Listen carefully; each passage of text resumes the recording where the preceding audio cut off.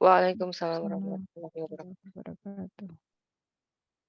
Alhamdulillah, syukurillah wala haula wala quwata illa billah. Pada malam hari ini kita bisa berkumpul kembali dalam acara bedah hasil riset dari Surabaya Academia Forum, yang mana pada malam hari ini akan mengulas tentang hasil riset dari kelompok studi dari ekonomi Islam. Yang kami hormati para penanggap yang hadir pada malam hari ini ada Bapak Dr. Eza Armas Hadi, seorang dosen di Fakultas Ekonomi dan Bisnis Islam UIN Sultan Taha Saifuddin Jambi. Selamat malam Mas. Selamat malam Mas Idham. Dari kita semua, terima kasih sudah bergabung. Yang kedua, penanggap atas nama Rohmawati, merupakan dosen dari program Ekonomi Islam Universitas Islam Indonesia. Selamat malam Mbak Rahma. Terima kasih sudah berkenan untuk bergabung dengan kami pada malam hari ini. Yang selanjutnya kami hormati tim dari ekonomi Islam yang diketuai oleh Bu Arin Setiawati. Lalu ada anggota, ada Pak Fatkur Huda, kemudian ada Mas Muhammad Ali, ada Mas Muhammad Romli dan Mas Irwansa. Yang mana pada malam hari ini mereka akan memaparkan hasil riset yang dilakukan di Gunung Semeru yang berjudul tentang identifikasi pola distribusi dana sosial dan keagamaan lain atau DSKL pada erupsi Gunung Semeru 2021 oleh Muhammadiyah. Baik, kami persilahkan terlebih dahulu sebelum nanti tim untuk memaparkan hasil risetnya. Terlebih dahulu kami persilakan kepada Pak Dede untuk memberikan sambutan sekaligus membuka agenda pada malam hari ini. Pak Dede, apakah ada Pak Dede?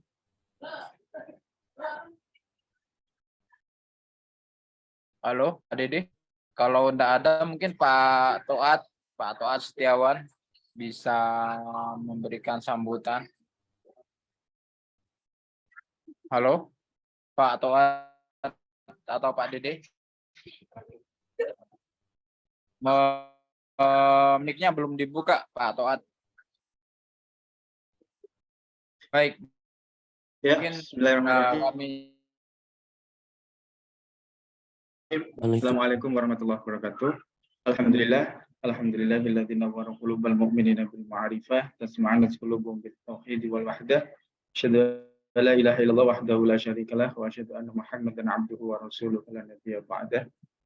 Yang saya hormati selaku penanggap dalam kajian rutinan kita, Bapak Dr. Eza Armas Hadi LCMA, dosen Fakultas Ekonomi dan Bisnis Islam UIN Sultan Toha Saifuddin Jambi. Selamat malam Bapak, selamat bergabung dan diskusi untuk kajian kita.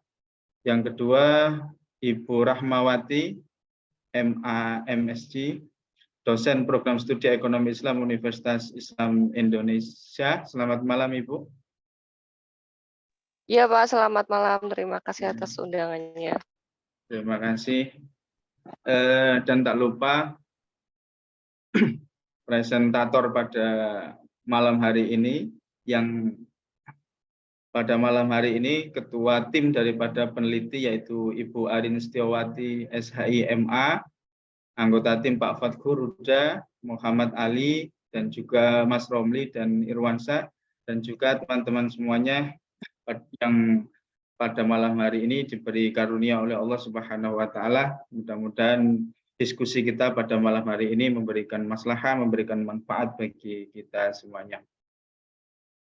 Bapak, Ibu pemateri dan juga penanggap pada malam hari ini, sebelum kegiatan terkait dengan pemaparan hasil riset dengan tema identifikasi pola distribusi dana sosial dan keagamaan pada erupsi Gunung Semeru 2021 oleh Muhammadiyah, untuk Bapak Eza dan Mbak Rahmah, tentunya ini adalah bagian daripada hasil riset daripada teman-teman yang tergabung dalam Surabaya Academia Forum.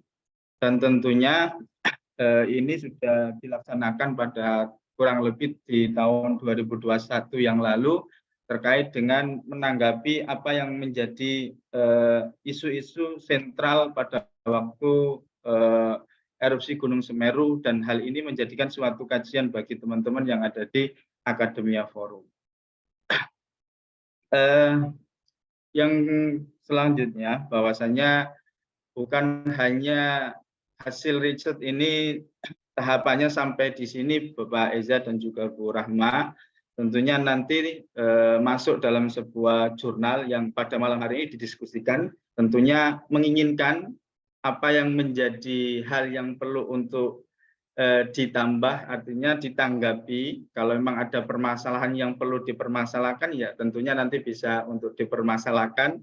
Kalau memang ada yang perlu untuk disumbangsi terkait dengan keilmuan, ya nanti perlu untuk disumbangsikan terkait dengan kritik dan saran yang menjadi suatu riset ini baik ataupun riset ini menjadi sempurna untuk masuk di suatu jurnalnya. Memang ini bagian daripada keinginan kita semuanya. Bapak Ibu semuanya dan juga teman-teman, sebelum acara ini kita mulai, marilah kita buka dengan bacaan basmalah bersama-sama. Bismillahirrahmanirrahim. Terima kasih untuk Mas Idam. Waktu dan tempat saya kembalikan ke moderator. Oke, terima kasih Pak Toat, Direktur SDM dan Pendidikan. Selanjutnya langsung saja kepada tim ekonomi Islam yang diketuai oleh Mbak Arin untuk memaparkan hasil risetnya selama 10-15 menit, lalu nanti dilanjut oleh kedua penanggap kita. Kemudian kita akan buka sesi tanya jawab. Pada Bu Arin dan tim kami persilakan. Baik, terima kasih Bapak Idam. Apakah suara saya kedengaran, Bapak? Kedengeran. Tidak terdengar. Baik, Assalamualaikum warahmatullahi wabarakatuh. Waalaikumsalam. Waalaikumsalam. Sebelumnya saya ucapkan terima kasih kepada Bapak Eza Armas Hardi dan juga Ibu Rahmawati yang hari ini hadir untuk diskusi atau penyampaian hasil riset yang telah kami lakukan di 2021 kemarin, tepatnya di daerah Lumajang seperti itu. Dan juga kepada seluruh jajaran Surabaya Academia Forum yang hari ini hadir dan juga teman-teman yang lain. Di sini kami akan menyampaikan beberapa hasil riset yang sudah kami lakukan pada tahun 2021 kemarin yang telah dilaksanakan di Lumajang dengan judul pola distribusi dana sosial, distribusi dana sosial dan keagamaan lain atau DSKL pada erupsi Gunung Semeru 2021 oleh Muhammadiyah. Yang di sini kami sudah beranggotakan 4 orang dan diketuai oleh Ibu Arin. Selanjutnya,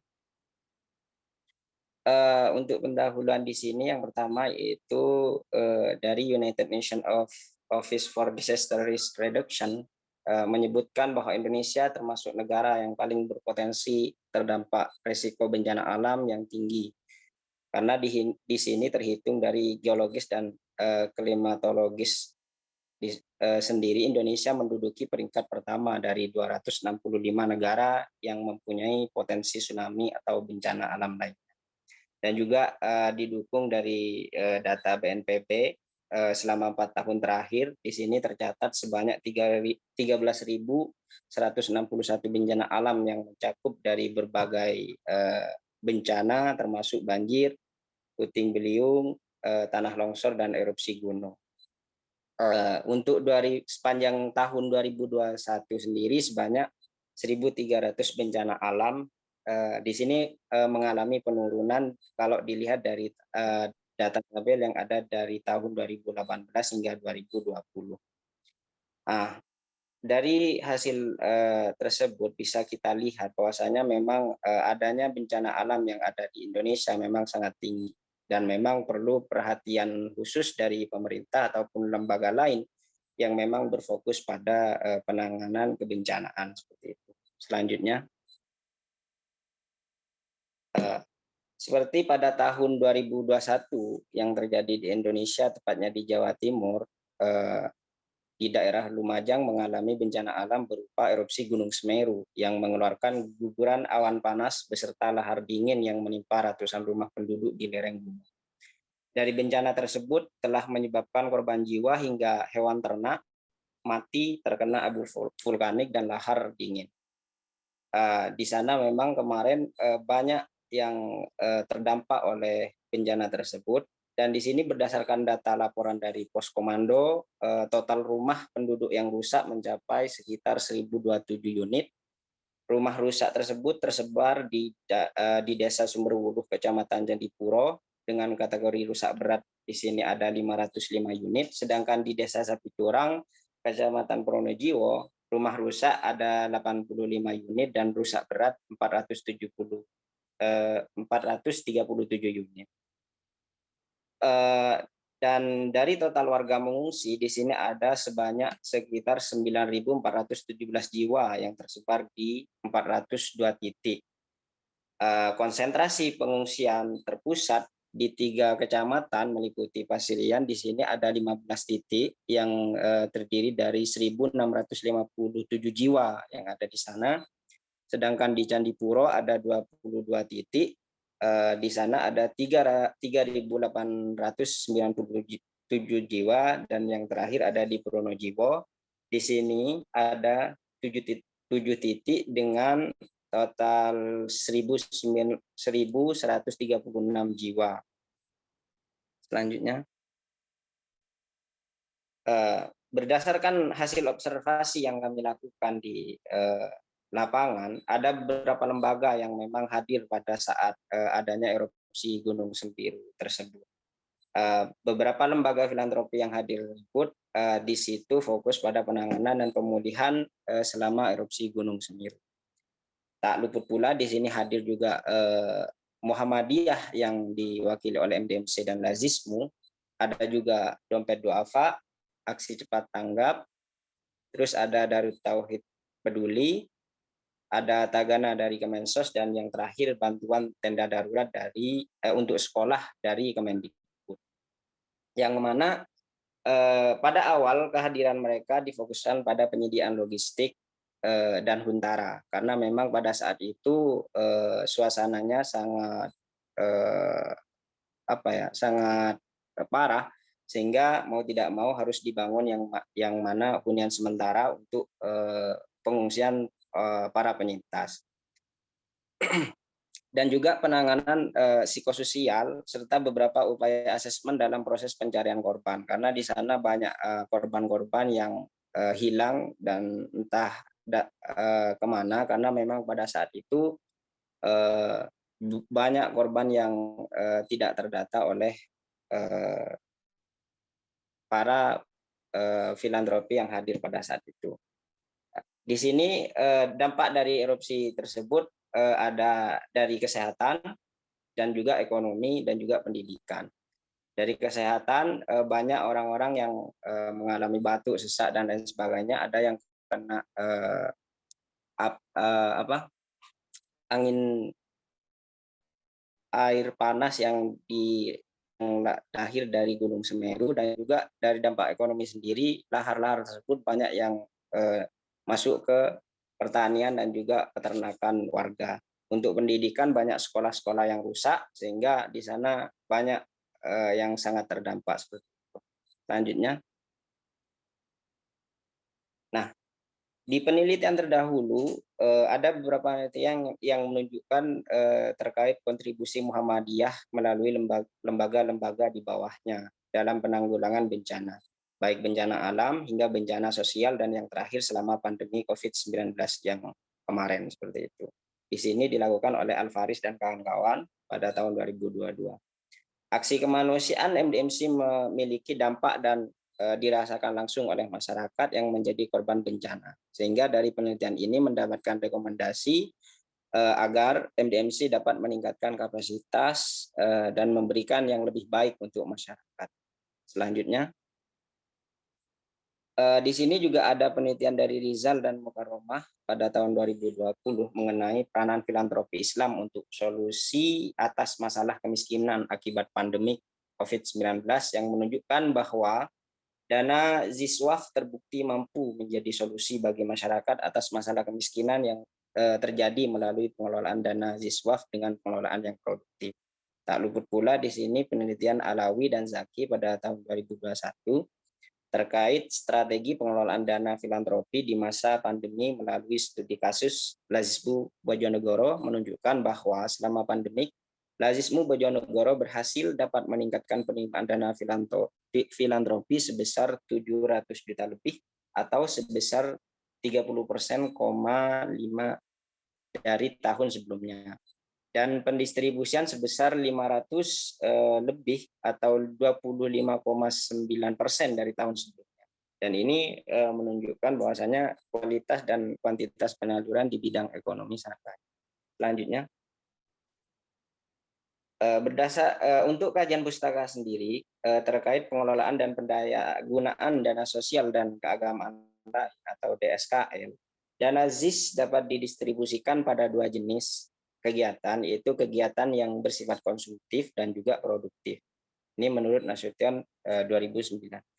Di mana kegiatan konsumtif sendiri adalah kegiatan yang berupa bantuan sesaat untuk menyelesaikan masalah yang sifatnya mendesak dan langsung habis setelah bantuan tersebut digunakan. Atau bisa diartikan di sini bantuan secara jangka pendek. Sedangkan kegiatan produktif di sini adalah pemberian bantuan yang diperuntukkan bagi kegiatan usaha produktif sehingga dapat memberikan dampak jangka panjang bagi para mustahik seperti itu, karena memang pendistribusiannya seperti itu. Selanjutnya, untuk pendayagunaan ZIS di sini bisa dilihat di tabel seperti yang saya sampaikan tadi, bahwasanya ada yang konsumtif dan produktif. Untuk konsumtif sendiri bisa terdiri dari kesehatan, pendidikan, sosial emergency fund, dan bencana alam lain. Untuk yang produktif di sini bisa pengembangan dan pemberdayaan UMKM dan pemberdayaan komunitas. Selanjutnya, untuk distribusi dana sosial dan keagamaan lain atau DSKL dalam melakukan pendistribusian baik dalam pendistribusian barang, pendistribusian dana sukarela, santunan, harta, zakat atau barang yang lainnya. Selain memerlukan strategi yang dapat guna memudahkan proses pendistribusian, sangat perlu juga adanya sebuah ketransparanan agar tujuan yang diinginkan tercapai dalam mendistribusikan sesuai sasaran atau sampai pada tujuan yang diinginkan. Sebagai model distribusi yang bersifat produktif, kreatif pada harta zakat. Selanjutnya, untuk kajian pustaka sendiri akan disampaikan oleh saudara saya, Romli. Monggo.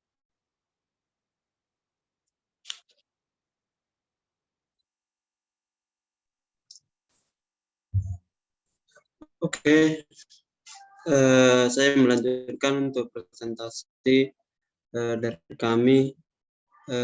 Suara saya dengar, Pak Idam? Halo?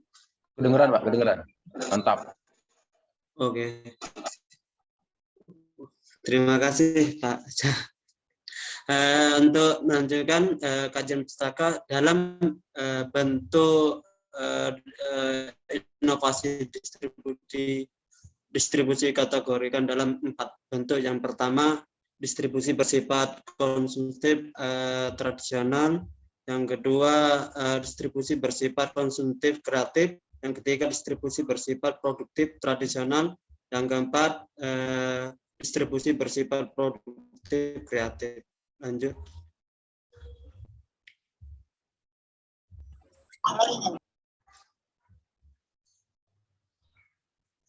Lanjut. Kami metode penelitian, dalam penelitian ini menggunakan jenis penelitian studi kasus, artinya fokus terhadap suatu objek yang menekankan pada penelitian yang dilakukan secara menyeluruh, utuh dan mendalam. Dari Sugiono 2012, teknik pengumpulan data yang digunakan meliputi observasi,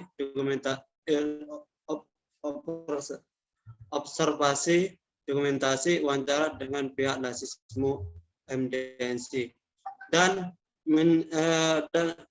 warga menyintas erupsi Semeru secara sistematis dan mendalam terkait pola distribusi di SKL. Dilanjut dengan triangulasi Murisa, credibility, transferability, dan dependability, dan confirmability di dalam teori Sugiono 2012. Itu teknik analisis data yang digunakan meliputi data allusion, data reduction, display data, dan menerikan kesimpulan.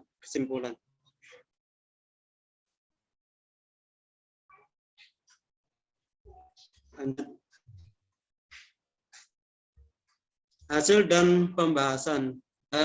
Yang pertama, masyarakat tidak beraktivitas dalam di 1 km dari kawah atau puncak Gunung Semeru dan jarak 5 km arah pintu kawah di sektor Tenggara Selatan untuk mewaspadai awan panas guguran lava dan lahar di sepanjang aliran sungai atau lambah yang berhulu di puncak Gunung Semeru.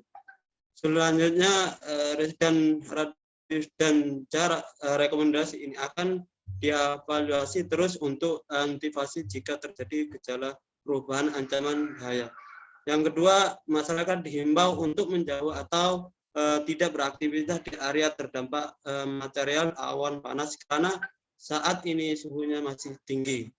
Yang ketiga, masyarakat perlu mewaspadai potensi aliran lahar di sepanjang lambah jalur awan panas busuk Kobokan.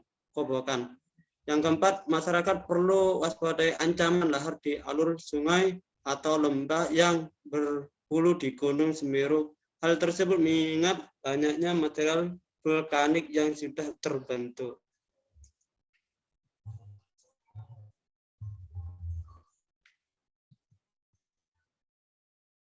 Lanjut.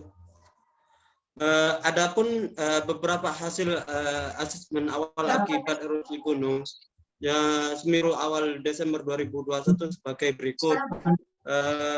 Rincian lokasi dan yang pertama, rincian lokasi dan data warga terdampak keseluruhan meliputi kecamatan atau desa. Yang pertama, Desa Orombo, Desa Sumber Urip, Dusun Curah Kobokan, Desa Sepiturang atau Kecamatan Dusun, Kecamatan Sandipuro, Desa Kamar Bejang, Desa Sumber Hulu, Desa Sumber Mucur. Yang dampak yang ditimbulkan dari erupsi Semeru 2002 meliputi rumah terdampak sejumlah 2.910 unit, 31 unit kosum terdampak, diantaranya 20 menit sarana pendidikan, 5 menit saran ibadah, 1 unit fasilitas kesehatan, 1 unit infrastruktur, dan 199 ekor hewan ternak.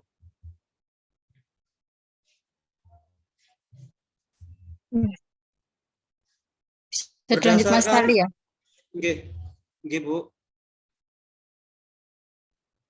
Berdasarkan player tersebut menunjukkan bahwa Lasismo merespon cepat bencana erupsi Semeru dengan melakukan tanggap cepat melalui open donasi program Indonesia Siaga yang secara eksplisit menampilkan kontak person yang bisa dijadikan rujukan dalam konfirmasi atas kebenaran informasi dan donasi yang sudah diberikan oleh para donatur maupun mustaqi lazismu. Selain itu, dua nomor rekening atau yang tertera pada player menunjukkan transparansi dalam dan tata kelola yang baik pada lazismu dengan subjek nama rekening sudah atas namakan lembaga tersebut. Hal tersebut penting dalam menyingkirkan psikologi untuk menaruh kepercayaan pada lazismu. Lanjut. Oke, bisa dilanjut Pak Ali dulu aja, Mas Ali dulu. Lanjut Irwan. Lanjut Mas Ali. Baik, saya lanjutkan. Suara saya kedengeran ya, Indah? Sudah, Li. Baik, saya lanjutkan. Suara Romli agak putus-putus. Di sini terkait penghimpunan DSKL yang dilakukan oleh Lazismu untuk erupsi Semeru pada tahun 2021 hingga 2002 tercatat sejumlah 7 miliar lebih dengan rincian sebagai berikut. Hasil penghimpunan dari seluruh Lazismu internal Jawa Timur atau dalam kurung pimpinan Muhammadiyah Sejatim, organisasi otonom atau Ortom dan amal usaha Muhammadiyah Sejatim sejumlah 7.316 juta, sedangkan hasil penghimpunan dari Lazismu luar Jawa Timur sejumlah 100 juta lebih. Ini update data per 10 Maret 2022 oleh Lazismu Jawa Timur. Pernyataan ini berdasar hasil dari pernyataan informan, yang mana dari pernyataan informan ini menunjukkan adanya kolaborasi dan kesatuan aksi yang dilakukan untuk mengorganisir proses mitigasi bencana dengan pembagian peran yang baik antara Lazismu sebagai funding dan fundraising, dan juga MDNC sebagai mitra funding sekaligus eksekutor lapangan dengan kesatuan komando dari pimpinan Muhammadiyah pusat dan wilayah dalam mengawal aktivisme filantropi Muhammadiyah para penyintas erupsi Semeru. Karena memang pada saat di lapangan memang banyaknya koordinasi yang di bawah naungan MDMC dan juga berkoordinasi dengan Lazismu yang ada di lapangan. Selanjutnya, di sini terkait pola distribusi dana sosial dan keagamaan lain atau DSKL oleh Lazismu dan MDMC mencakup beberapa hal, yang mana di sini tim relawan MDMC terlibat aktif selama proses evakuasi para penyintas erupsi Gunung Semeru. Yang kedua, memberikan pelayanan kesehatan kepada para penyintas erupsi Gunung Semeru. Yang ketiga, memberikan pelayanan pendidikan di tenda-tenda darurat kepada anak-anak penyintas erupsi Gunung Semeru. Yang keempat, memberikan pelayanan dapur umum kepada penyintas dan relawan yang berada di lokasi pengungsian. Yang kelima, memberikan dukungan psikososial kepada penyintas dan warga terdampak sekitar mulai dari usia dini, remaja, dewasa, dan lansia. Yang terakhir, memberikan kebutuhan-kebutuhan pangan dan non-pangan kepada para penyintas yang berada di pengungsian maupun di rumah warga-warga yang terdampak. Karena memang di lokasi tersebut banyak penyintas yang mengalami beberapa hal mulai dari ekonomi, pendidikan, dan juga kesehatan. Ragam distribusi DSKL yang diberikan oleh Muhammadiyah melalui Lazismu di sini bisa kita lihat berdasar kategori pola distribusi yang dilakukan. Yang pertama, barang logistik berupa dana santunan atau sembako. Kalau dikategorikan dengan pola distribusinya di sini masuk ke konsumtif tradisional. Yang kedua, barang logistik berupa alat-alat tulis. Di sini masuknya kategori konsumtif kreatif. Untuk yang ketiga, makanan dalam kemasan kaleng kayak seperti yang kita tahu ada rendangmu, kornetmu, gulaimu, opor, dan lain sebagainya. Itu masuk konsumtif kreatif. Yang keempat, operasional dan kebutuhan pos dalam lokasi itu ada yang namanya pos koordinasi, dan beberapa kebutuhan layanan untuk para penyintas meliputi pos layanan logistik, Di sana nanti akan tercatat dan terdata seluruh logistik yang ada di lokasi, dan juga posyan kesehatan, di mana pelayanan-pelayanan bagi seluruh para penyintas yang ada di daerah tersebut, dan juga adanya dapur umum, pos pendidikan, dan juga posyan psikososial. Di sini masuknya ke konsumsi kreatif. Yang kelima yaitu alat transportasi selama di lokasi. Ini juga ada yang di daerah lereng Semeru yang terdistribusi, yaitu 3 unit motor trail yang dari MDMC. Ini maksudnya konsumsi kreatif. Yang keenam masuknya ke penyuluhan dan pendampingan untuk program keluarga sakinah bersama pimpinan wilayah Asia Jawa Timur. Di sini maksudnya ke produktif tradisional. Dan yang ketujuh masuk ke distribusi pembangunan unit Huntara, karena memang di sana itu sangat membutuhkan dan dibagi dengan lembaga-lembaga lain, sehingga MDMC juga mendapatkan yang namanya unit hunian sementara bagi para penyintas tahap 1 dan tahap 2. Di sini masuknya produktif tradisional. Dan yang terakhir adalah pendampingan UMKM dan CD pasca Huntara. Di sini masuknya ke kategori pola distribusi produktif kreatif. Selanjutnya, di sini berdasarkan klasifikasi tersebut menunjukkan bahwasanya ragam dari distribusi DSKL yang dilakukan oleh Muhammadiyah kepada para penyintas erupsi Gunung Semeru itu memiliki ragam distribusi yang bervariatif, mulai dari konsumtif tradisional, konsumtif kreatif, produktif tradisional, dan produktif kreatif. Namun yang lebih mendominasi adalah pola pendayagunaan konsumtif kreatif. Karena ketika kita lihat dari pendistribusian dari tabel tersebut, bisa kita tahu bahwasanya lebih kepada pendayagunaan konsumtif kreatif. Dilanjutkan dengan produktif tradisional yang menempati urutan kedua.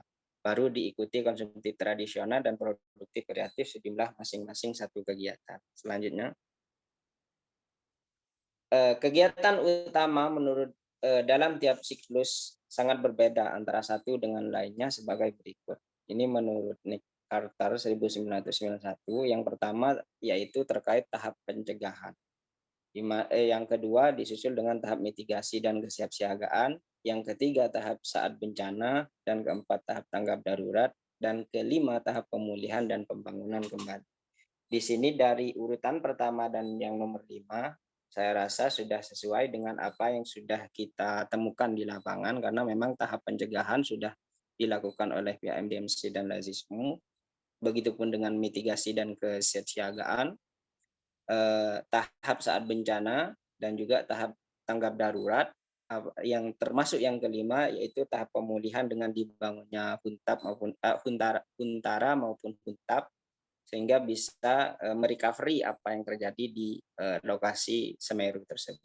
Selanjutnya, oke, mungkin itu saja yang bisa kami sampaikan terkait dari hasil yang kami lakukan selama di lokasi, dan juga kami terjun ke lapangan langsung seperti itu. Kurang lebihnya mohon maaf. Billahi fisabilillah. Wassalamualaikum warahmatullahi wabarakatuh.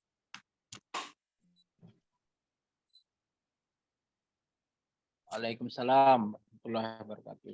Baik, paparan yang sangat menarik dari tim Pak Arin ya. Langsung saja kami persilakan untuk diberikan tanggapan oleh kedua penanggap. Oke, yang pertama bisa dimulai dari Pak atau Mas Eza Armas, mungkin bisa memulai untuk memberikan tanggapan terlebih dahulu. Bu Arin nggak presentasi ya? Atau mau Sudah diwakili sama tim, Mas. dari Bu Arin? Oh ya. Oke, mungkin siap. langsung ya. Siap. Bismillahirrahmanirrahim. Assalamualaikum warahmatullahi wabarakatuh. Waalaikumsalam warahmatullahi wabarakatuh.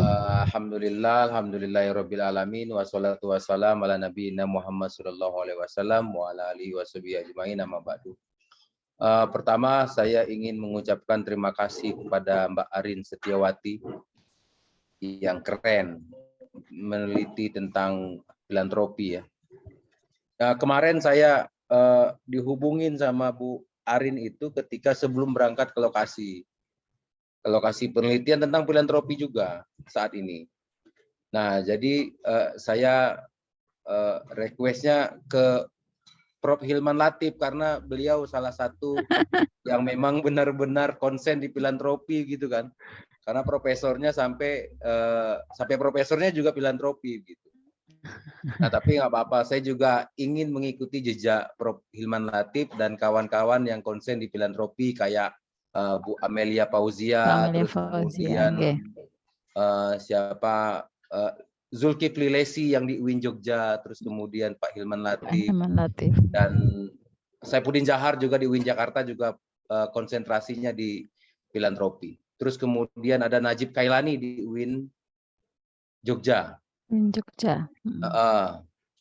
Jadi itu beberapa yang nama-nama besar yang saya kenal yang memang mereka konsen di dalam filantropi, baik filantropi tentang media ataupun pemuda dan filantropi, terus kemudian filantropi di lembaga-lembaga negara. Nah, pertama yang ingin saya tanggapi, kalau memang penelitian ini berangkatnya dari framework filantropi, kritik saya terhadap laporan atau naskah yang saya terima itu adalah kajian filantropi dan diskursus tentang filantropi di artikel ini sepertinya belum nampak. Kelihatannya itu di daftar pustaka itu Ibu Arin dan kawan-kawan itu tidak merujuk kepada pembesar-pembesar filantropi gitu, kayak Ustadz Zulkifli Lesi, Hilman Latif, terus kemudian Amelia Fauzia dan lain-lain, termasuk Najib Kailani. Mereka konsen di dalam bidang filantropi, terutama Profesor Hilman Latif ya, karena memang dia konsen di gerakan Muhammadiyah tentang filantropi. Yang pernah saya baca juga tentang bagaimana Muhammadiyah itu memiliki peran di dalam setiap bencana dan lain sebagainya yang konsennya di filantropi. Itu yang pertama, Mbak Arin. Mungkin perlu elaborasi lagi, memanggil kawan-kawan yang sudah memulai kajian-kajian filantropi ke dalam laporan penelitian ini. Tapi saya pikir ini sudah sangat baik karena memang detail pemaparan dari pembahasannya, tetapi yang miss itu adalah di bagaimana mengelaborasi kajian yang sedang diteliti itu dengan apa yang sudah para sarjana lakukan sebelumnya. Kayak misalkan si Najib Kailani, karena kalau boleh saya memetakan kajian filantropi saat ini itu sudah sampai kepada bagaimana lembaga-lembaga filantropi itu tidak diinisiasi di luar pemain negara, dalam hal ini Basnas, terus kemudian private sector, dalam hal ini Muhammadiyah, terus kemudian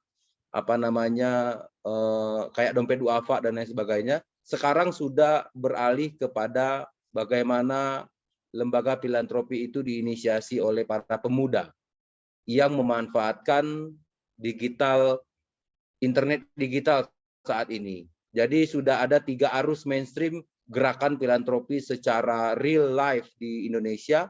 Yang pertama itu adalah state actor. State actor itu direpresentasikan oleh negara, private sector direpresentasikan oleh organisasi filantropi keagamaan, media dan keluarga kayak Muhammadiyah, NU, terus kemudian Dompet Duafa, Republika, Rumah Zakat Indonesia, terus kemudian ada juga filantropi yang diinisiasi oleh media. Terus kemudian yang ketiga itu ada namanya yang arus ketiga, arus mainstream, yang saat ini sering diinisiasi oleh kawan-kawan mahasiswa yang memang tidak mau atau memang mereka mendistrupsi alur-alur distributif dan administratif yang ada di dua lembaga itu, lembaga negara dan lembaga swasta di lembaga filantropi. Nah, tetapi korelasinya dengan artikel ini, penelitian yang Mbak Arin dan kawan-kawan lakukan, saya pikir ini masuk ke dalam area bagaimana peran private sector yang di dalam menanggulangi ataupun fast respon terhadap bencana-bencana yang ada di suatu daerah. Dan itu yang memang dilakukan oleh Muhammadiyah dan kawan-kawannya. Nah, terus kemudian tadi saya dengar ada beberapa lembaga filantropi yang hadir ketika bencana Semeru. Nah, pertanyaannya kenapa itu tidak diidentifikasi? Karena setidaknya kita bisa mendapat gambaran dan mengkomparasi perbedaan MCDC yang Muhammadiyah lakukan dengan orang-orang lain. Karena pasti ada uniqueness di antara salah satu lembaga filantropi dengan filantropi yang lain.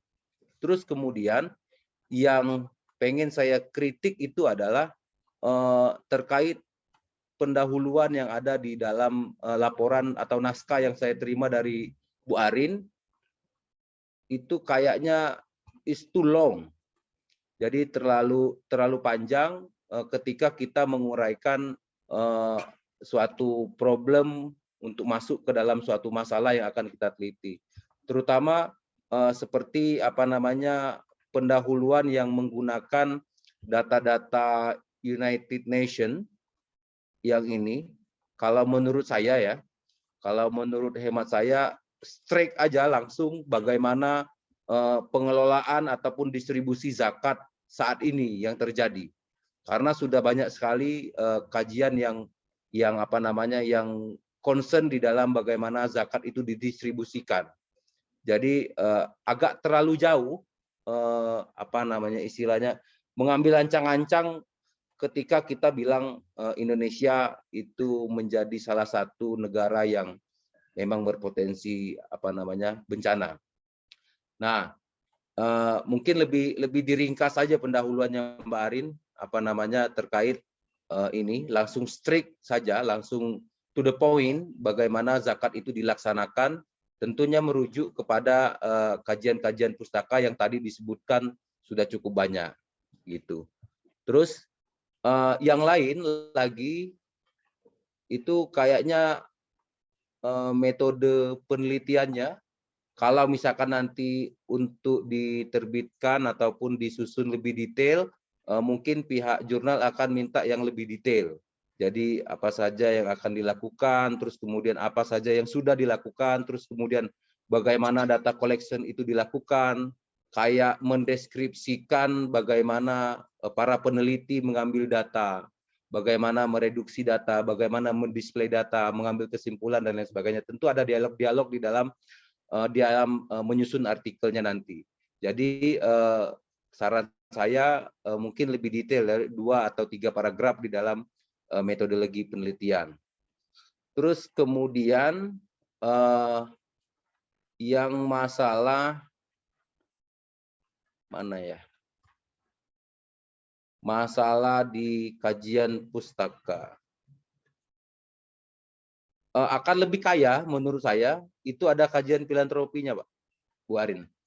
Jadi ada sentuhan-sentuhan bahwasanya agar ini connect ke dalam kajian filantropi yang berkembang saat ini. Kayak misalkan bagaimana kayak kalau Ibu Amelia Fauzia itu kan dia berbicara tentang bagaimana perkembangan lembaga-lembaga filantropi di Indonesia, baik sebelum kemerdekaan, ketika kemerdekaan, terus kemudian ketika Soeharto runtuh gitu kan. Ya, Nah, relasi filantropi. mungkin akan lebih baik itu juga dipanggil mereka itu untuk memperkaya kajian pustaka di dalam sub kajian pustaka pertama. Jadi ada framework filantropi yang dibawa di dalam artikel ini. Sampailah nanti bagaimana ke artikelnya Hilman Latif, bagaimana private sector itu berperan di dalam menyelesaikan ataupun menanggapi bencana-bencana yang ada. Ada yang Hilman Latif itu secara khusus dia di private sector itu ketika bencana di Nias. Itu dia Islamic Philanthropy and Private Sector in Indonesia. Jadi nanti Pak Hilman Latif murka kepada Bu Arin kalau nggak dipanggil itu. Saya pikir itu dulu nanti sambil diskusi. Oke, siap. Iya. Terima kasih Pak Eza. Siap. Oke, terima kasih Pak Eza atas catatan kritis terhadap naskah yang sudah dibuat oleh Mbak Arin ini. Lanjutnya ke penanggap kedua pada Mbak Rahma, kami persilakan. Baik. Bismillahirrahmanirrahim. Assalamualaikum warahmatullahi wabarakatuh. Selamat malam Bapak Ibu sekalian. Waalaikumsalam warahmatullahi wabarakatuh. Alhamdulillah, terima kasih atas kesempatannya Bu Arin, undangannya menjadi penanggap di forum yang luar biasa inisiatif ini ya. Saya kagum dengan Bu Arin yang selalu aktif dengan segala riset-riset dan kegiatannya. Kalau Mbak Rahma.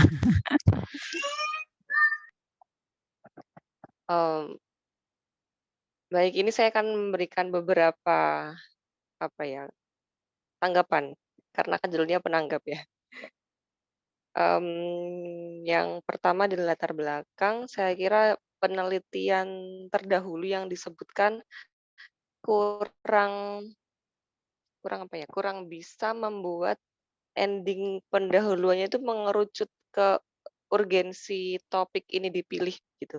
Di topik ini kan lebih ke identifikasi pola.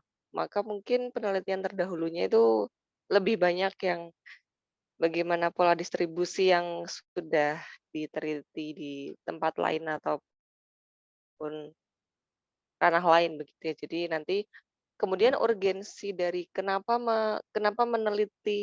mengidentifikasi pola ini juga saya kira belum terlalu tampak gitu di bagian latar belakang. Jadi tadi karena mungkin dari awal sudah tadi dari Pak Eja ya, kita terlalu banyak membicarakan tentang beberapa hal, kemudian kayaknya malah kurang fokus ke judul ini sendiri. Kenapa kok ini penting untuk diteliti? Gitu.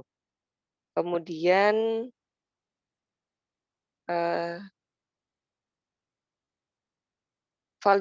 validitas dan reliabilitas saya kira sudah disebutkan ya di bagian awal, disebutkan ada triangulasi data, kemudian ada beberapa istilah begitu, saya pikir itu untuk reliabilitasnya, tetapi tidak dibahas di hasil.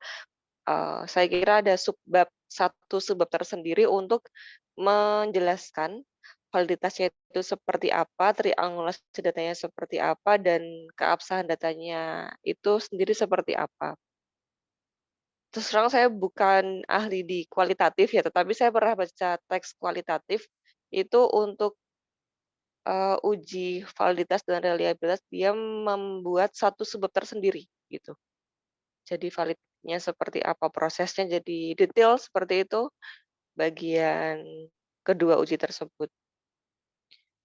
Lalu observasi dan dokumentasi ini juga kurang dijelaskan ya. Observasinya dalam hal apa saja, kemudian dokumentasinya untuk apa saja, mungkin di metode penelitian bisa ditambahkan. Kalau yang saya tahu misalnya observasi itu justru seperti wawancara ya, ada panduan wawancara, ada panduan observasinya, mungkin ada beberapa list begitu yang diobservasi itu apa saja. Lalu di dalam hasil di situ ada 2 tabel. Saya mau bertanya Bu Arin, yang tabel pertama itu apakah dari peneliti sendiri atau memang ada template dari sumber lain? Yang tabel pertama ya Mbak Rahma? Iya. Tabel pertama itu dari peneliti sendiri. Kemudian di tabel yang kedua itu juga dari peneliti Iya, ya? dari peneliti. Tapi listnya kok jumlahnya banyaknya beda?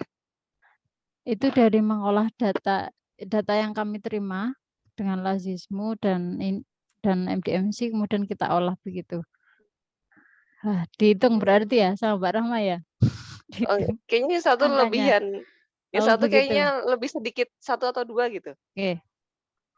Saya Mbak Rahma, Nah, jadi catatan. mungkin karena misalnya begini, yang yang di tabel kedua, itu Mm-mm. yang nomor 1 itu kan disatukan ya antara sembako dan pemberian uang modal atau apa begitu ya. Itu sama-sama di bagian konsumsi tradisional. Kalau yang nomor 1 itu tidak dijadikan satu, jadi sembako satu baris sendiri, dan di bawahnya uang Mm-mm. begitu. Mm-mm. Maka nanti menghitung konsumsi tradisional menjadi kelebihan lebih dari Lebih itu dari yang sudah itu ya. dihitung kan gitu. Nah, jadi itu mungkin perlu disamakan sama 2 tabel itu kalau menurut saya biar Oke. biar ini, apa namanya, konsisten. Nah, kemudian bisa nggak Bu Arin, itu kan baru dari sisi, apa, banyaknya begitu ya. Kalau Mm-mm. misalnya dari setiap baris itu ada nominal uangnya juga. Jadi nanti di ending itu, saat mengatakan paling banyak konsumsi kreatif misalnya, itu ada proporsi uang yang digelontorkan juga gitu. Jadi bukan berdasarkan banyaknya item, tapi juga nominal Oh uangnya. gitu. Nah, kalau Mm-mm. nah, mungkin kalau ada nominal uangnya jadi lebih kaya ya analisisnya.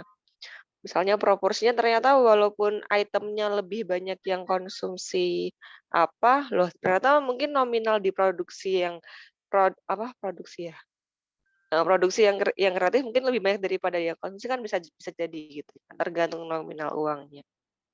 Berapa persentase uangnya begitu yang di bagian tersebut.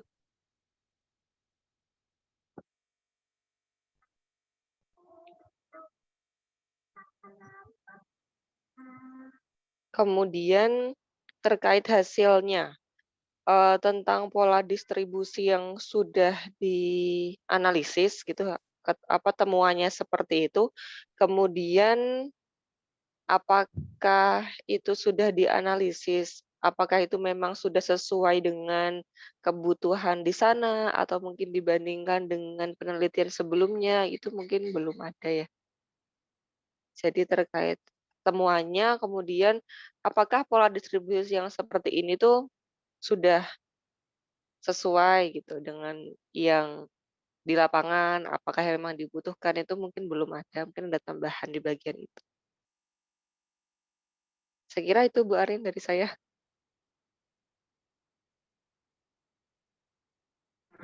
Oke, Nggih, terima baik. kasih Mbak Rama. Terima kasih Mbak Oh, Rama. Ya, ini sudah 2 penanggap ya memberikan ulasan terkait hasil dari penelitian Bu Arin dan tim. Mungkin sebelum ke pertanyaan mungkin ada tanggapan dulu atau langsung ke tanya jawab Bu Arin. Nggih, saya izin mengkonfirmasi sebentar ya Pak Idam ya, sebelum nanti ditambah dari tim lainnya.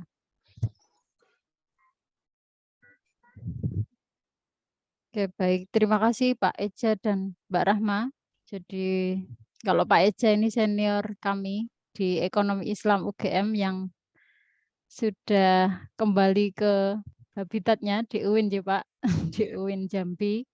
Jadi berkaitan dengan apa yang disampaikan Pak Eja, nanti akan jadi catatan bagi kami kaitan dengan recall untuk kajian-kajian filantropi yang memang belum kami masukkan di naskah kami, terutama dari para scholar-scholar yang sudah mendahului untuk kajian di filantropi. Kemudian untuk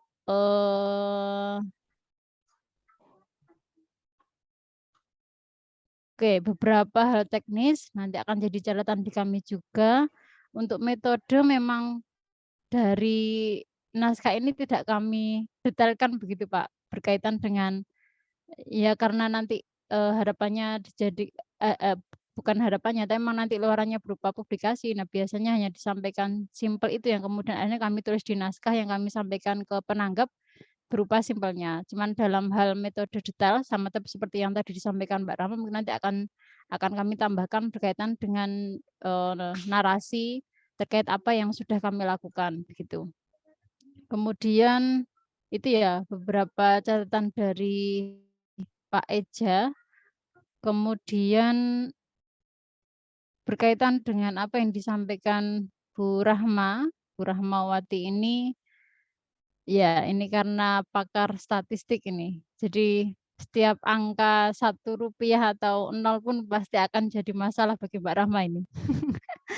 Kaitan dengan catatan yang hal teknis berkaitan dengan pendahuluan, kemudian penjelasan penjelasan tambahan berkaitan dengan tahapan-tahapan di metodologi tadi hampir sama yang disampaikan dengan Pak Eja, nanti akan jadi masukan kami dan akan kami tambahkan pada naskah kami. Yang selanjutnya adalah pada catatan terakhir tadi di Mbak Rahma, kemudian hasilnya berkaitan dengan sesuai apa tidak, kemudian ya sesuai atau tidak dengan kebutuhannya di sana. Memang ini menjadi part ya, mungkin bagian dari part awal dari hasil yang kami temukan di lapangan, bahwa kami menuliskan untuk mengidentifikasikannya terlebih dahulu, baru nanti kemudian akan kami ulas kaitan dengan efektivitas. Itu kemarin sudah kami buat rancangannya begitu ya Pak Fat, berkaitan dengan alurnya begitu, sehingga ini masih kami ulas berkaitan dengan identifikasinya terlebih dahulu, baru nanti mengulas kaitan dengan efektivitas yang yaitu relate dengan apakah kemudian yang sudah diberikan, yang sudah didistribusikan dan digunakan oleh Lazismu maupun MDMC atas nama Muhammadiyah memang sudah sesuai apa tidak. Terus kaitan dengan kenapa kemudian tidak menulis lembaga filantropi lainnya. Karena memang dalam fokus penelitian kami ini fokus ke studi kasus di Muhammadiyah, sehingga kami lebih concern untuk melihat terlebih dahulu bagaimana kemudian pola pendayagunaan dan distribusi DSKL yang sudah dilakukan oleh Muhammadiyah, yang tentunya di lapangan di sinergi antara Lazismu dan MDMC. Itu mungkin poin-poin yang Bu Arin, nggih, pripun Pak Eja? Ane mau nanya Bu Arin, Nggih. apa namanya konsen di dalam penelitian ini kan bukan bencananya toh. Topik kajiannya adalah bagaimana distribusi itu dilakukan. Identifikasi ya Pak Eja. Nggih, Ya. benar. Tapi di pendahuluan sama di pembahasan, terutama di awal-awal pembahasan itu saya lihat kok Masih ada kayak semacam pembahasan tentang bencana yang terlalu lebar, saya pikir. nggih. Kayak misalkan harus menjauh dalam radius 1 kilometer, itu kan bukan tupoksinya sebenarnya distribusi. Karena distribusi itu memang konsen dia bagaimana menyelesaikan permasalahan atau akibat dari itu, bukan sebelumnya. Jadi ketika itu. Nah, sama kayak di pendahuluan juga. Di pendahuluan kan kita mengawalinya dengan data United Nations. Nah, tetapi fokus kajiannya adalah distribusi zakat, baik dia konsumtif tradisional, konsumtif kreatif, dan lain sebagainya. Nah, mungkin pembahasan tentang bencananya agak dikurangi porsinya. Nggih. Ngoten. Nggih, siap Pak Eja. Pak Fatkur ada tambahan? Cukup sih Bu Arin. Oke. Pertanyaan mungkin. Nggih, Pak Idam bisa dilanjut ke pertanyaan Pak Idam. Oke, makasih Pak Eja. Selanjutnya kami buka sesi tanya jawab kepada teman-teman yang ingin bertanya. Kami persilakan. Bisa raise atau langsung open mic juga bisa. Oke, silakan Mas Aklis, langsung saja. Pak Idam. Ya baik, Oke, Pak. Terima kasih Mas Aklis. Katanya. Ya suara saya kedengaran ya Pak Idam? Oh, kedengeran. Iya, masih Ya. belum berubah. Ya, terima kasih atas para pemateri telah menyampaikan hasil risetnya. Nah, mungkin dari tema dan riset yang diteliti ini mengenai filantropi dan bencana. Saya kira filantropi dan bencana ini memang tidak bisa dijauhkan ya, karena memang bencana ini kan membuat orang yang mempunyai aset itu bisa kehilangan aset. Terus orang yang penghasilan itu juga kehilangan penghasilan. Berarti bencana juga kan akan menghilangkan kasus kan menghasilkan kasus kemiskinan yang baru. Maka kemudian itulah filantropi mengelola kebencanaan itu. Nah, yang ingin saya tanyakan terkait hal ini adalah yang pertama terkait pengumpulan data, Pak Idam. Dalam pengumpulan data dan observasi kan ada dokumentasi dan wawancara yang pertama. Saya kok kurang memahami terkait bahwasannya di poin wawancara ini biasanya wawancara ada kuesioner yang ditanyakan termasuk narasumber menjawab seperti itu. Dan bagaimana peneliti merangkum itu semua sehingga menjadikan data dalam penelitian ini. Itu yang pertama. Nah, untuk yang kedua tersendiri adalah terkait dana yang digunakan untuk Huntera ini. Sejauh mana progresnya sampai saat ini dan apakah sudah diserahkan kepada para penyintas di sana? Mungkin itu Pak Idam, 2 pertanyaan saya. Terima kasih. Oke. Oke, ada 2 pertanyaannya dari Mas Aklis sudah dicatat ya teman-teman tim ya.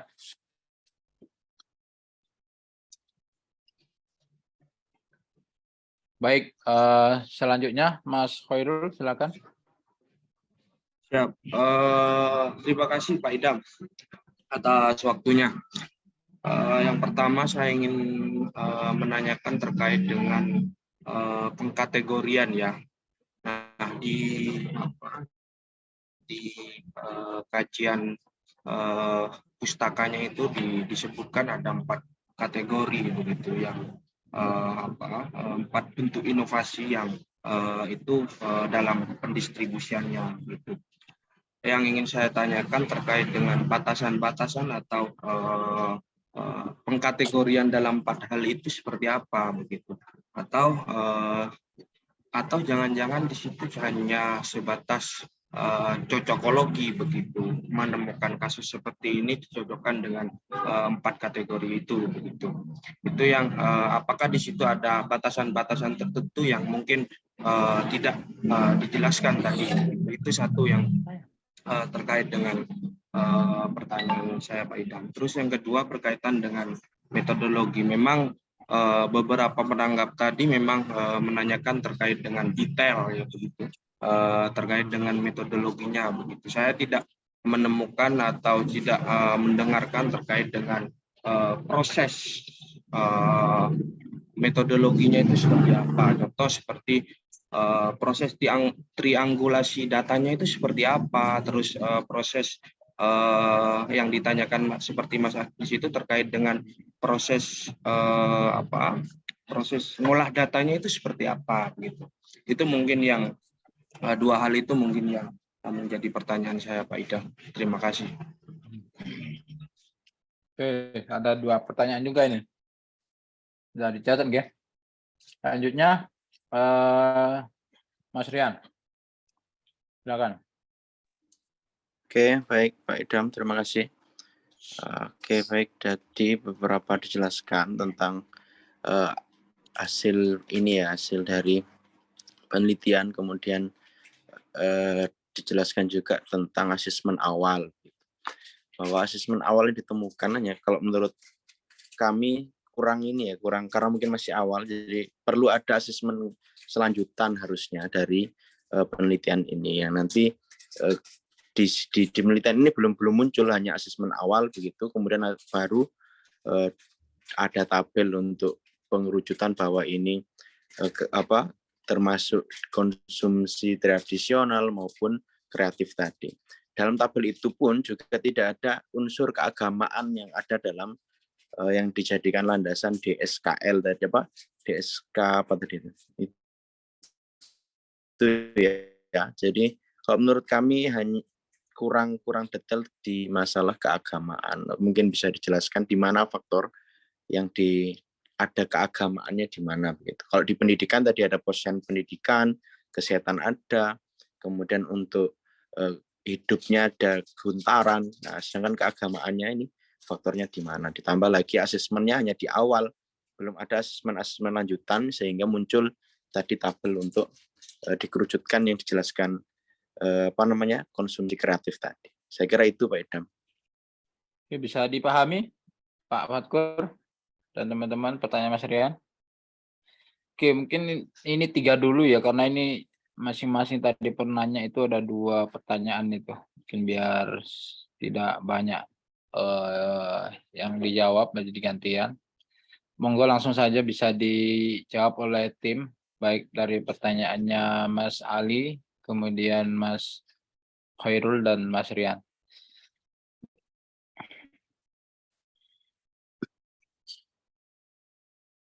Silakan Pak Fatkur. Oke. Saya mungkin nanti ditambahkan Pak Fatkur. Kaitan dengan saya mungkin langsung ke Pak Irul sebentar ya. Untuk yang batasan identifikasi kaitan dengan antara misalnya konsumsi tradisional dan konsumsi kreatif, kemudian produktif tradisional dengan produktif kreatif. Bahwa batasan-batasan tersebut sebenarnya sudah kami sampaikan di tinjauan pustaka maupun proses mengidentifikasikannya. Dan insya Allah di naskah sudah kami sampaikan bahwa kaitan dengan konsumsi tradisional maka dia yang langsung habis pakai. Sementara konsumtif kreatif sudah ada proses untuk pengolahan, sudah proses untuk jangka waktu yang mungkin lebih lama dari yang habis pakai di konsumtif tradisional tadi. Itu batasan yang kemudian digunakan oleh Pak Irul, sehingga di presentasi kami pun kami tadi sudah menyampaikan itu. Kemudian untuk pertanyaan selanjutnya kaitan dengan proses bagaimana triangulasi data dan pengolahan data begitu. Dalam proses bukan konfirmasi, triangulasi data termasuk tadi yang disampaikan oleh Mbak Rahma. Jadi karena kualitatif tidak pakai validitas data tapi menggunakan keabsahan data, maka proses keabsahan data yang kami gunakan adalah triangulasi data. Triangulasinya adalah triangulasi sumber data. Bagaimana itu dilakukan? Bahwa kami mencoba untuk mengkonfirmasi dari data yang kami peroleh baik dari Lazismo maupun MDMC atas proses pendayagunaan atau distribusi di SKL yang sudah mereka lakukan. Jadi proses-proses itu yang kami gunakan sebagai tahapan untuk triangulasi data untuk memperoleh keabsahan data di penelitian kami. Jadi itu Pak Irul. Kemudian untuk pertanyaannya Pak Rian ini kaitan dengan asesmen awal begitu. Karena dalam penelitian sebenarnya redaksi yang ini diobservasi dan asesmen awal itu bagian dari memetakan terlebih dahulu bahwa aktor informan mana yang akan kami jadikan sebagai sumber informasi untuk kami gali informasinya berkaitan dengan data yang kami peroleh, data yang akan kami minta begitu. Nah, kemudian observasi kedua atau asesmen kedua dan lainnya tentunya itu yang sudah kami lakukan melalui proses wawancara mendalam dengan informan yang sudah kami tentukan sebagai sumber informasi bagi peneliti. Sementara untuk masalah keagamaan, jadi yang dimaksud dana sosial keagamaan lain itu dana filantropi yang dianggap tidak spesifik masuk pada zakat atau wakaf begitu. Karena determinan besar antara dana filantropi itu kan ketika ngomong bahwa ketika zakat itu punya spesifikasi masing-masing. Zakat itu ketika harus diberikan pada 8 mustahik, 8 asnaf. Sementara wakaf maka harus ada hartanya tetap dijaga pokoknya. Nah, maka dana sosial keagamaan itu di luar itu, bukan pada proses bahwa pendistribusiannya untuk aktivitas agama saja tidak, tapi bahwa dana sosial keagamaan itu penyebutan bagi dana filantropi yang di luar dari skema pada dana filantropi Islam yang sudah punya spesifikasi masing-masing tadi begitu. Jadi kami mencoba mengkonfirmasi kaitan dengan bukan perkara pendistribusiannya untuk fokus ke keagamaan tidak, tapi bahwa itu penyebutan term yang kami gunakan untuk bahasa lain bagi dana filantropi di luar dari instrumen distribusi lain di luar dari zakat dan wakaf yang sudah punya spesifikasi tersendiri. Itu. Kemudian untuk aklis tadi kaitan dengan aklis saya agak terlupa kalau aklis. proses Oh, ada wawancaranya enggak seperti itu Oh iya, di untuk proses penelitian yang kami lakukan, ada enggak wawancara dan lainnya. Sebenarnya di naskah yang komplit itu ada statement-statement dari informan yang sudah kami kutipkan berkaitan dengan pola-pola yang akan kami kulik dari tema yang sedang kami teliti, Aklis. Cuman memang tadi di presentasi sepertinya tidak tidak dicantumkan begitu. Untuk pengambilan datanya sesuai dengan teknik pengambilan data yang kami lakukan, bahwa selain observasi dan dokumentasi kami juga melakukan wawancara. Itu. Kemudian apakah kemudian yang terakhir Huntara ya, berkaitan dengan Huntara tahap 1 dan 2 apakah sudah diserahkan begitu. Karena data kami ambil di tahun 2021 Aklis. Jadi kaitan dengan kejelasan penyerahan dan lainnya memang belum kami konfirmasi, tapi bahwa proses itu sudah digelontorkan berkaitan dengan anggaran yang memang tertuang pada tabel yang sudah kami presentasikan berkaitan dengan nominal-nominal berapa untuk proses pembuatan penyediaan Huntara bagi penyintas erupsi Gunung Semeru. Itu mungkin Pak Fatkur, mungkin ada tambahan dari Pak Fatkur maupun dari tim lain. Ya, terima kasih Bu Arin terkait dengan yang sudah disampaikan kepada teman-teman yang menanggapi terkait dengan pertanyaannya. Tentu beberapa hal aspek penelitian yang kami lakukan di lapangan kaitan dengan bagaimana akhirnya observasi yang kami lakukan, karena memang dalam proses kegiatan penelitian ini kita juga sebagai satu relawan juga ya ketika berbarengan dengan kegiatan relawan, sehingga tentu pelaksanaan daripada observasi yang dilakukan, tahapan yang dilakukan, mungkin ada beberapa hal yang langsung kami laksanakan atau kita lakukan berbarengan dengan kegiatan relawanan yang dilakukan di Semeru saat itu, baik kaitan dengan bagaimana kegiatan observasi maupun kaitan dengan kegiatan penggalian data. Wawancara juga kami melakukan dengan proses yang sudah kami buat, baik instrumen wawancara juga kami lakukan, bahkan kami juga melakukan translate terkait dengan hasil wawancara dengan para korban yang ada penyintas Semeru di kawasan Sumber Mujur ya, di kawasan Sumber Mujur, dan dengan beberapa stakeholder kaitan dengan OPZ yang pelaksana daripada filantropi. Mereka juga kami jadikan sebagai satu objek wawancara, informan wawancara. Nah, persoalan terkait dengan sejauh ini bahwa asesmen yang dilakukan, tentu kami secara menyeluruh melakukan asesmen, baik asesmen awal sampai dengan bagaimana proses yang dilakukan sampai penyaluran daripada dana filantropi yang dikelola oleh para lembaga pemegang filantropi ini. Nah, tentu kaitan dengan update, misalkan update yang dilakukan, bahkan Mas Ali ini juga memantau sampai dengan kemarin juga share terkait dengan informasi tentang Huntara, bagaimana akhirnya sudah diserahkan juga kepada para penyintas yang mendapatkan fasilitas daripada Huntara. Memang kita lihat bahwa yang menjadi persoalan memang benar yang disampaikan Mbak Rahma tadi, bahwa apakah persoalan yang kami lakukan di lapangan ini atau yang dilaksanakan di lapangan, apakah ada kesesuaian terkait dengan kebutuhan daripada masyarakat.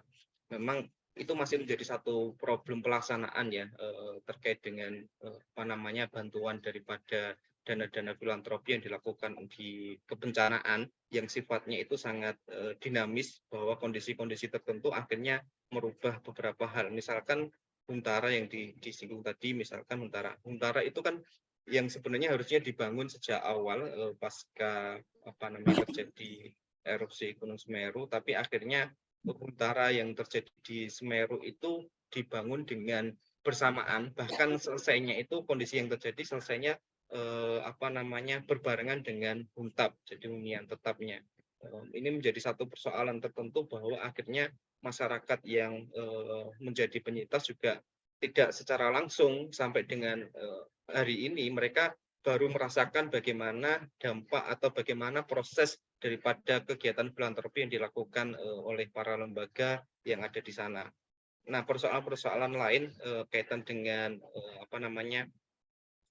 batasan tadi sudah disampaikan juga sama Bu Aren terkait dengan apakah ini hanya sekedar, tentu kami tidak melakukan satu upaya bahwa identifikasi cocologi ya, tidak melakukan upaya cocologi bahwa identifikasi terkait dengan beberapa karakteristik terkait dengan model penyaluran atau pola penyaluran itu kami lakukan. Misalkan dana yang didapat oleh lembaga itu ketika disalurkan dalam aspek yang memang benar-benar untuk konsumtif, maka ya makan itu bentuk penerjemahan daripada mana dari makan itu adalah bagaimana akhirnya itu masuk kepada klaster konsumtif. Terus nanti dana yang dikelola dengan model yang kreatif, misalkan dibentuk dalam bentuk huntara ataupun huntap, itu salah satu bentuk yang konsumtif yang kreatif. Beberapa model yang lain, yang pola yang lain tentu dilakukan dengan model kajian dan analisis yang tentu menyesuaikan apa yang menjadi pola ya. Jadi sehingga kami melakukan satu model identifikasi yang detail sehingga menghasilkan pola yang sesuai dengan teori yang kami ambil. Mungkin itu tambahan dari saya. Jadi itu ya Mas Irul yang ini kan cocokologi tadi Mas Irul. Pakar sosiologi. Oke, ini sudah selesai ya. Ada tanggapan enggak? Ada enggak ada dari penanya tadi, ketiga penanya? Kalau enggak ada mungkin kita buka lagi sesi tanya jawab. Silakan Pak Aziz, silakan. Baik, terima kasih atas kesempatannya Pak Idam. Yang ingin saya tanyakan terkait pendistribusian yang mungkin ada yang susah untuk dijangkau oleh penyintas erupsi Gunung Semeru ya. Jadi intinya pertanyaan saya, bagaimana cara pendistribusian dari bantuan kepada penyintas erupsi Semeru yang terindikasi itu apa? Kenapa? Bagaimana cara pendistribusian bantuan kepada penyintas erupsi yang aksesnya itu cukup sulit gitu. Nah, hal-hal apa yang dapat dilakukan kalau penyintas erupsi itu aksesnya susah dan sulit untuk dijangkau? Ini itu saja Pak Idam. Terima kasih. Oke. Ya, terima kasih Mas Aziz. Ada lagi enggak yang mau tanya? Selain dari Pak Aziz tadi? Atau mungkin ada kalau nggak ada ya mungkin itu dari penanya ya, cuma satu aja ya. Sekalian nanti mungkin ada tanggapan juga dari penanggap gitu ya. Dari beberapa pertanyaan tadi yang awal itu mungkin bisa ditanggapi saya kira. Oke, mungkin langsung ini dulu dijawab dulu pertanyaan Mas Aziz, belum nanti minta respon ke para penanggap. Pak Idam, dan terima kasih Pak Aziz terkait dengan pertanyaannya. Itu kaitan dengan persoalan bencana, bahwa dalam penanganan bencana sendiri sudah ada beberapa proses yang dilakukan oleh mitigasi bencana itu yang dilakukan oleh para bencanaan, bahwa sebelum saat kami melakukan atau teman-teman dari filantropi itu melakukan penyaluran dari bantuan, itu kan sudah ada proses di mana evakuasi itu dilakukan kepada korban bencana, sehingga saat awal meletus pasca letusan Gunung Semeru itu sudah dilakukan proses evakuasi para korban yang memang posisinya pada radius sekitar 1-5 km itu sudah diambil dan dibawa kepada tempat yang jauh lebih aman di pengungsian yang notabene lebih terorganisir ya Mas Aziz, sehingga ketika proses penyaluran pun juga dilakukan secara langsung. Beberapa persoalan misalkan yang terjadi adalah ada beberapa masyarakat mungkin yang sulit untuk diajak untuk pindah atau sulit dievakuasi, yang tentu pada radar atau pada radius lokasi terjadinya bencana itu sudah di warning untuk pindah, memang tidak mau pindah, maka ada beberapa tahapan yang telah dilakukan oleh mereka yang memiliki kewenangan untuk melakukan evakuasi. Terlepas dari persoalan bahwa distribusi bantuan tetap disalurkan. Ya, teknis-teknis yang dilakukan oleh para pelaksana ini, filantropi itu tentu melalui beberapa penyaluran yang tentu tahapan itu dengan prosedur yang dilakukan sehingga tidak melanggar beberapa peraturan kebencanaan ya, atau batasan-batasan tertentu. Yang jauh lebih banyak dilakukan memang membuat pos darurat. Jadi para ini membuat pos darurat di titik-titik aman yang sudah ditentukan oleh hasil dari kajian kebencanaan yang memang memperlakukan batasan-batasan terkait dengan batasan radiusnya. Jadi di jalur-jalur tertentu sudah dilakukan pemetaan sehingga dibangunlah di situ pengungsian dan disalurkan di tempat itu. Hampir semua lembaga yang kami tuliskan di situ membuat pos masing-masing ya, meskipun ada pos yang terorganisir dari Dinsos juga ada, tapi bagaimana UPS itu juga membentuk atau membuat tempat-tempat tersendiri sehingga itu dilakukan satu koordinir secara langsung supaya itu jauh lebih mudah dalam proses penyalurannya. Seperti itu mungkin Mas Aziz ya. Jadi langsung diorganisir di dalam satu tempat pengungsian oleh masing-masing UPS-nya. Itu mungkin Pak Idam. Atau Mas Ali mau menambahkan? Ya, mungkin ada tambahan dari Mas Romli sama Mas Irwan. Mana Mas Romli? Saya sedikit, Pak Idam. Ya.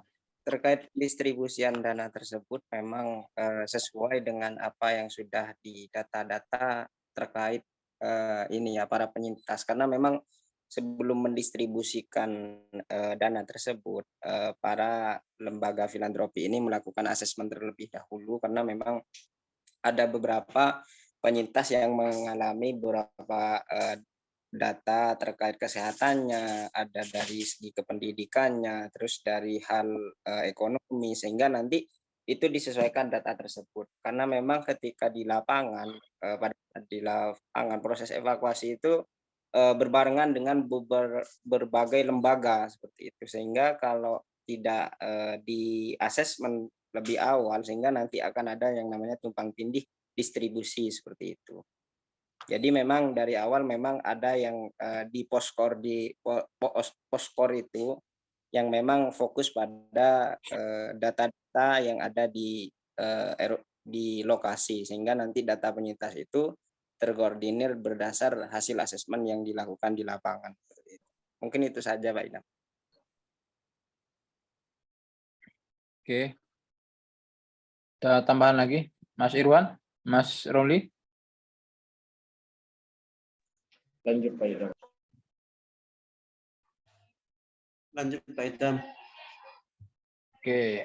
Ada tanggapan mungkin dari kedua penanggap, Mas Eza sama Mbak Rahma? Oh, siap. Mas Idam. Oke. Karena banyaknya pertanyaan, saya jadi berpikir begini. Karena memang ini dilakukan dengan komprehensif ya. Jadi kayaknya akan ada artikel-artikel lain yang membahas dari sudut pandang lain. Contoh kayak dari sudut pandang penerima. Kan sekarang yang dilihat adalah sudut pandang Muhammadiyah. Ya.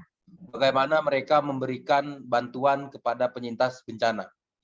Nah, terus kemudian karena sudah ada datanya, para penyintas itu juga bisa dibuat artikel satu lagi. Terus kemudian yang satu lagi dari sisi bagaimana uang itu terkumpul di dalam kekasnya Muhammadiyah, MCDC. Itu kan satu artikel lagi. Terus kemudian, banyak sekali artikelnya nanti. Subhanallah itu. Nah, saya pikir karena ini kaya data, jadi sayang sekali kalau misalkan nanti data itu semuanya dimasukkan ke dalam satu artikel. Jadi bisa dipecah ke 1 atau 2, maksimal 3 lah dari data yang didapatkan di lapangan.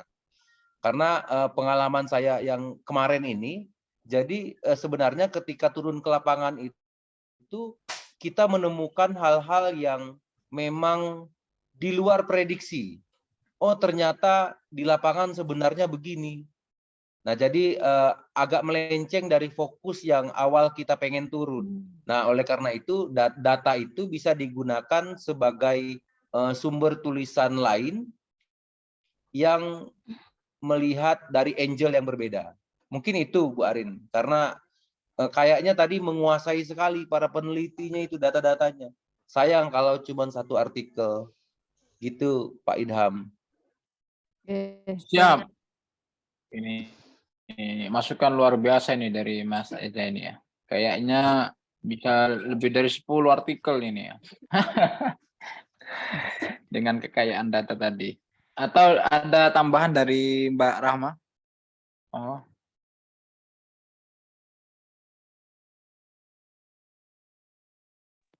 Betul, Mbak. Cukup.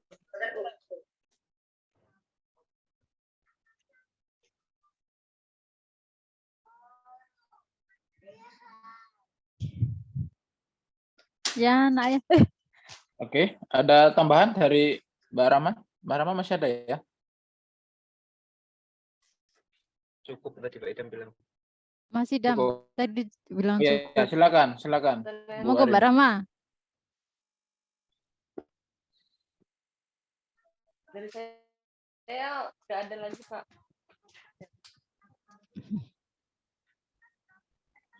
Nggak ada lagi? Oke, kalau nggak ada lagi, mungkin ini ya, ada yang mau ditanyakan lagi dari para peserta ini? Mungkin ada 1 atau 2 penanya. Atau Pak Radis mau tanya, Pak Radis? Ya, nggak nyampe saya kalau. Monggo Pak Radis. Itu Asis itu Dam. Pak Asis sudah tanya tadi. Mau menyapa Mbak Rahma kayaknya ada. Oh iya. Pak. Suruh nanggepi lagi, tanggapnya banyak Mbak Rahma itu. Kayaknya banyak yang perlu direvisi itu.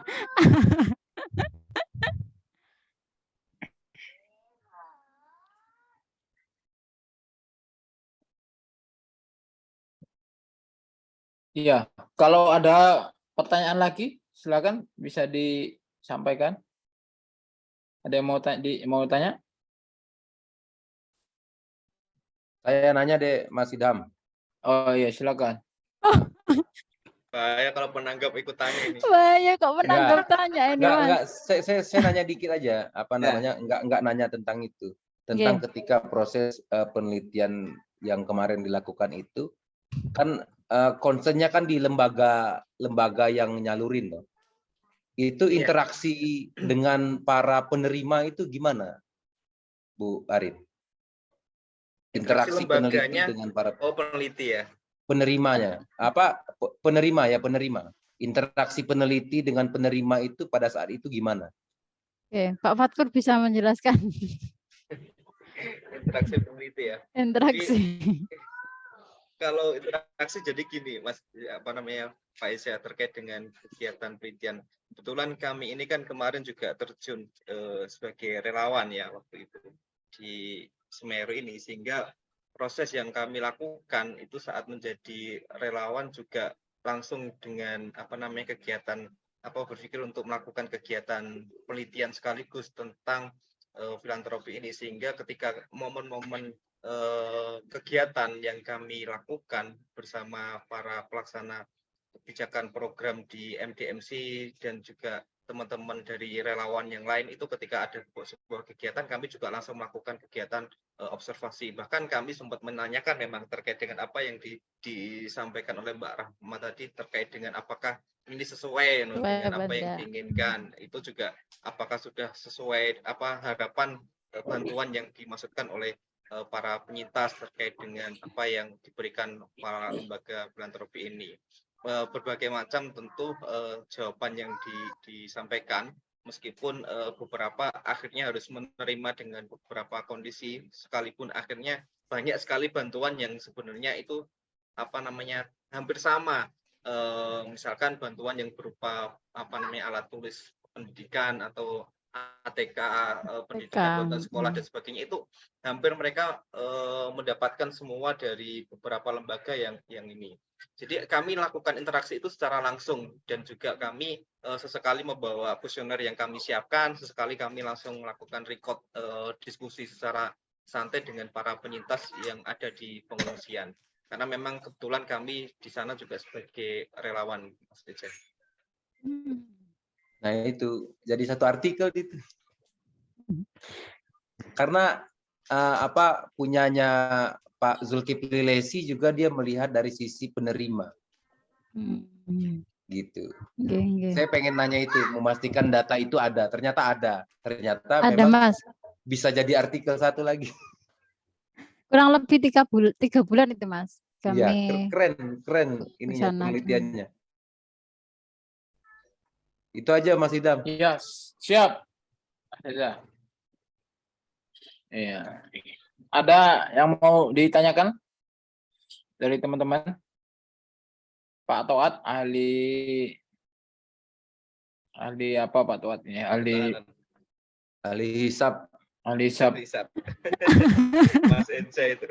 Mas Enza itu asapnya, silakan diangkat Mas Enza. Pak Toat. Mungkin ada sanggahan dari Pak Dekan Fai. Jika Anda ada, mungkin bisa closing statement Pak Fatkur atau yang mewakili dari timnya, mungkin Pak Bu Arin, karena ini juga sudah mau jam 9 ini ya waktu kita untuk mengakhiri agenda ini. Monggo Bu Arin atau yang lain. Oke, baik, terima kasih Pak Idam dan kepada kedua penanggap senior saya Pak Eja dan Bu Rahma yang sudah berkenan untuk memberikan masukan yang insya Allah sangat bermanfaat bagi kami sebagai pengingat berkaitan dengan hal apa saja yang perlu kami tambahkan dalam rancangan publikasi kami di naskah kami, sehingga apa yang sudah kami lakukan ini lebih berkualitas begitu. Dan terima kasih juga sudah berkenan rawuh malam ini, meskipun Mbak Rahma sambil ngomong, Pak Eja juga di lokasi penelitian. Terima kasih banyak, dan kaitan dengan beberapa masukan maupun pertanyaan tadi menjadi satu hal yang kami kira mengingatkan akan beberapa hal yang perlu kami tambahkan, perlu kami detailkan, dan beberapa hal yang perlu kami perdalam lagi berkaitan dengan hasil dari penelitian yang sudah kami tulis. Dan proses selanjutnya adalah memecah, kemudian untuk menuliskan lagi berkaitan dengan data-data yang sudah kami peroleh menjadi artikel-artikel selanjutnya. Itu mungkin closing statement dari kami. Terima kasih banyak penanggap dan para penanya pada malam hari ini. Terima kasih banyak.